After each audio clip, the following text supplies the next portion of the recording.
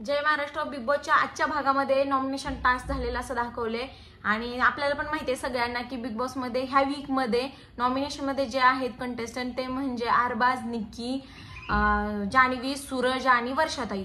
तर ह्याच्यामध्ये बिग बॉसने थोडासा ट्विस्ट आणण्याचा प्रयत्न केलाय जेणेकरून आपल्याला पण माहिती आहे की पाठीमागच्या वीक मध्ये पूर्ण टीआरपी पडलेली, कारण लोक जास्त बघत नव्हते, बोरिंग वाटत होता शो। आणि त्यातल्या त्यात अजून वीकेंडच्या वारमध्ये रितेश सर नव्हते, ते तर जास्तीत जास्त बोरिंग झाला। मला तर बोरिंग वाटला, तुम्हाला काय वाटलं नक्की सांगा मला कमेंट बॉक्स मध्ये, तुमचं मत मांडायला विसरू नका। आणि बिग बॉसने खूप छान खेळी खेळली, ती म्हणजे जनतेला असं दाखवले की नॉमिनेशन टास्क होतोय आणि वर्षाताई, जान्हवी आणि सूरज सेफ झालेले दाखवलेत आणि अरबाज आणि निक्की मध्ये थोडंसं बॉटम मध्ये दाखवले आणि त्याच्यामध्ये असं दाखवले की अरबाज घरी जाताना दाखवले आणि निक्की खूप रडते वगैरे, जाऊ नको असं वगैरे, तिचे इमोशनल झाले, घरातले पण सगळे इमोशनल झालेत। घरातल्यांना असं वाटतं की खरंच नॉमिनेशन टास्क खरंच आहे, खरंच घराच्या बाहेर जाणार आहेत कोणतरी एक तरी कंटेस्टंट।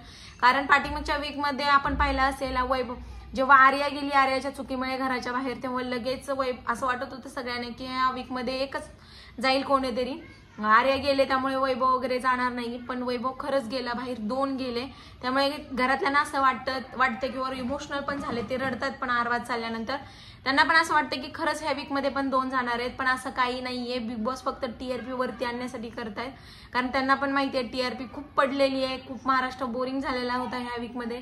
ज्यांच्या त्यांच्या तोंडामध्ये हेच होतं की खूप म्हणजे बोरिंग वाटतोय ह्या वीक मध्ये शो, किंवा आजचा जो एपिसोड होता खूप बोरिंग होता। मी पण खूप जणांच्या तोंडातून ऐकलं आणि खरंच बोरिंग होताच, त्यामुळे त्यांनी थोडंसं जनतेचं लक्ष वेधून घेण्यासाठी किंवा टीआरपी वरती घेण्यासाठी त्यांनी थोडासा डोकं लावून टास्क ठेवलाय, जेणेकरून आणि त्यांनी प्रोमो पण दाखवलाय थोडासा फार की हे सगळे सेफ झाले आणि अरबाज आणि निक्की नॉमिनेशन मध्ये बॉटम 2 मध्ये आहेत, जेणेकरून त्याच्यामध्ये कोण जातंय किंवा ट्विस्ट आणलाय थोडासा, जेणेकरून टीआरपी त्यांची वरती यावी।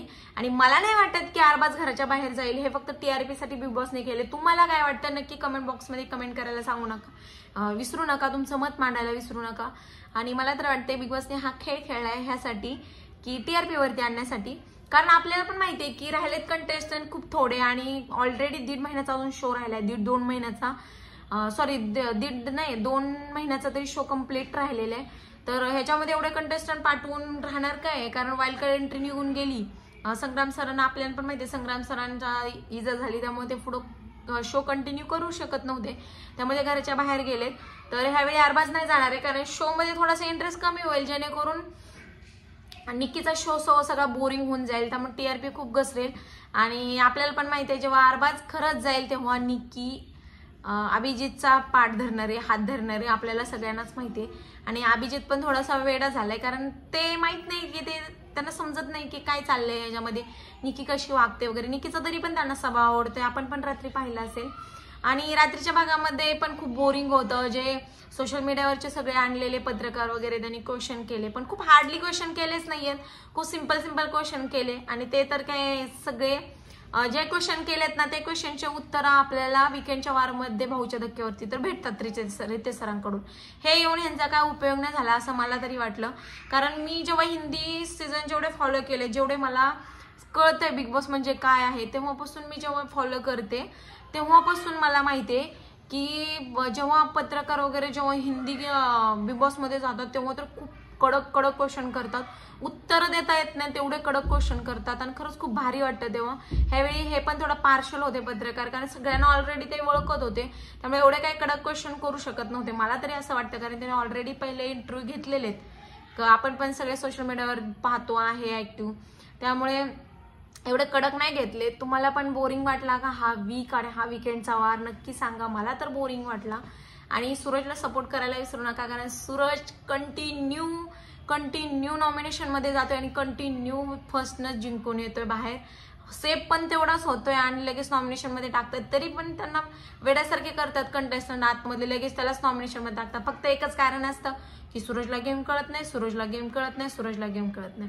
अरे पण तो सेफ होतोय ह्याचं तर आता बघ समजून घ्या की बाहेर त्याला आवडतो, बाहेर त्याचा गेम आवडतोय म्हणून त्याला सेव्ह करतात लोक, आणि तरी पण त्यांना हे नाही करत आहे, सेफ झाला तरी त्यांना असं वाटतं की अरे हे काय तरी पण ते टाकतायत सूरजला, तरी पण नॉमिनेशनमध्ये. सूरजला तर सगळेच पाठीशी आहेत, त्यामुळे त्याचं काही टेन्शन नसतं. आता टेन्शन आहे फक्त राहिलेलं कंटेस्टंटचं, कारण त्यांना पण आता भीती वाटते की खूप कंटेस्टंट थोडे थोडे राहिलेत, बाहेर जाऊ शकतात.